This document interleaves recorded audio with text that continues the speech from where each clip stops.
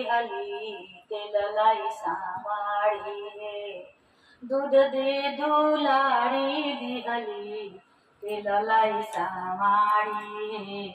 दुनिया में सबसे प्यारी भोली महतारी है। दुनिया में सबसे प्यारी भोली महतारी है। दूध दे दुलारी दिहली तेललाई सावाड़ी है।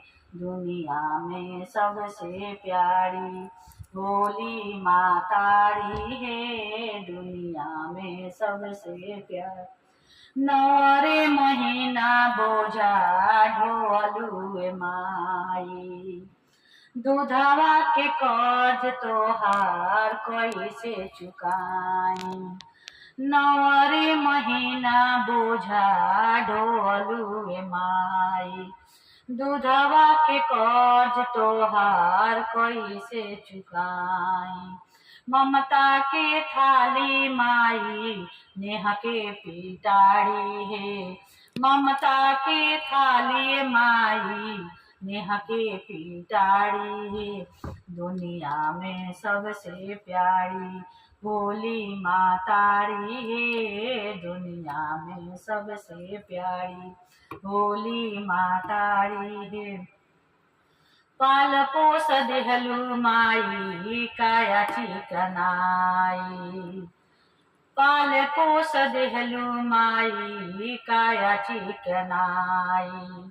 थोक के सुताई देहलु लोरिया सुनाई। थोक के सुताई देहलु लोरिया सुनाई। अचरा के छाव तोहरो कैसे बिसारी है। अचरा के छाव तोहरो कैसे बिसारी है। दुनिया में सबसे प्यारी भोली मातारी है। दुनिया में सबसे प्यारी भोली मातारी है। मुँह में खियौलू कवर घुट घुट कई के। चले के सिखौलू तू त अंगुरी धराई के। मुँह में खियौलू कवर घुट घुट कई के। चले के सिखौलू